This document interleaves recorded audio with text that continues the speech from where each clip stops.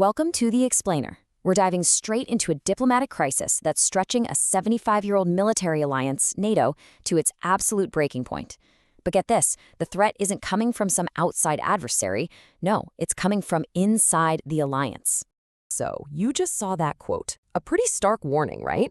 That came from the Danish Prime Minister this week. And she wasn't talking about Russia or China. She was talking about Denmark's most powerful ally, the United States. And it is all about Greenland. So how on earth did we get here? I mean, one NATO ally talking about a potential military threat from another? It's almost unbelievable. Well, let's unpack that. The whole story starts with some very recent events that took what seemed like a peculiar, almost funny idea and turned it into a full-blown international crisis. And it happened alarmingly fast. Okay, so here's the official position coming straight from the White House.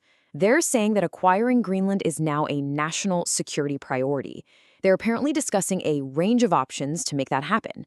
And this is the really crucial part. They are flat out refusing to rule out the use of force. They've explicitly said that military action is always an option. And then, President Trump basically threw gasoline on the fire. He told reporters, let's talk about Greenland in 20 days. You can imagine how that went down across Europe. It suddenly sounded less like a hypothetical and more like, well, an ultimatum, a deadline. A ticking clock was suddenly placed on this entire crisis. So you're probably asking, why now? Why is this all happening with such intensity all of a sudden?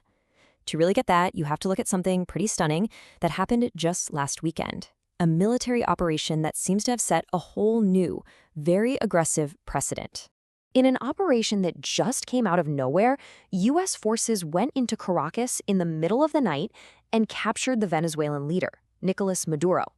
The world was just shocked. This was a bold demonstration of a new willingness to act unilaterally, and it really looks like it might have given the White House a kind of blueprint for a much more assertive foreign policy. And right after that operation, the president basically said the quiet part out loud. American dominance in the Western Hemisphere will never be questioned again. This signaled a huge shift. You know, some people are even starting to call it the Don Roe Doctrine. It's a riff on the old Monroe Doctrine. But instead of being about keeping European powers out, this new version seems to be about asserting American dominance in. So let's just recap how fast this all moved. During his first term, President Trump casually mentions buying Greenland. And honestly, most people just laughed it off. Then, just last weekend, that successful military operation in Venezuela. And by Sunday, the president is putting a 20-day timeline on the Greenland issue. I mean, the speed here is just staggering. It went from a bizarre idea to a direct threat in a matter of days. Okay, so what is the official story from Washington? Why Greenland and why now?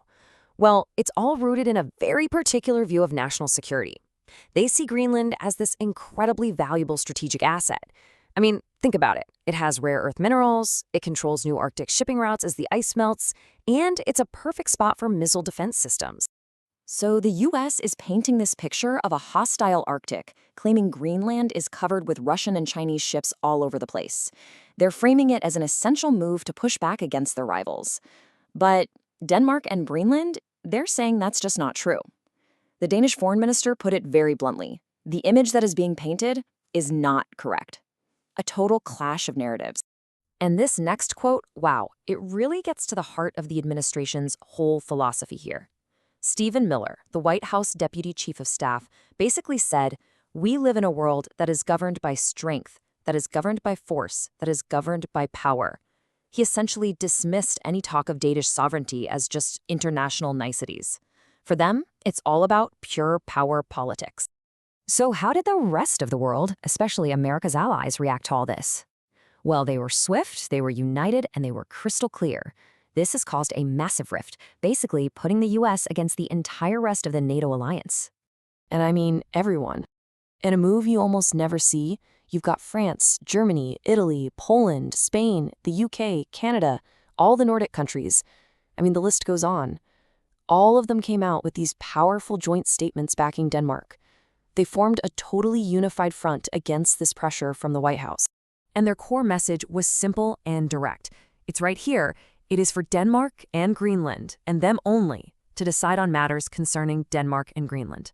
Basically, they're all saying, back off. This is not your decision to make. And let's not forget the most important voices in all of this, the people of Greenland themselves. Their prime minister called the rhetoric completely and utterly unacceptable and asked for a respectful dialogue. And look, while there's a strong movement in Greenland for more independence from Denmark, polls make it super clear they have absolutely zero interest in just swapping one colonial power for another. So when you take a step back, you realize this crisis is so much bigger than just one island in the Arctic, even a huge one. It starts to call into question the very foundation of the world's most powerful military alliance. It's about the principles that have governed Western security for generations. I'm talking about NATO's core principle, Article 5. For more than 75 years, this has been the absolute bedrock of it all. It's a simple promise. An attack on one of us is an attack on all of us. It's the ultimate we've got your back guarantee against external threats. But this whole situation flips that on its head. It forces us all to ask a question that's never really been asked before. What happens when the biggest threat to a NATO member comes from within the alliance itself? The entire NATO charter, its whole reason for being, was designed to protect members from outside aggression. There is no playbook, no mechanism for a situation where its most powerful member threatens the territorial integrity of another. And that, right there, leaves the entire alliance, and honestly the world, in completely uncharted territory.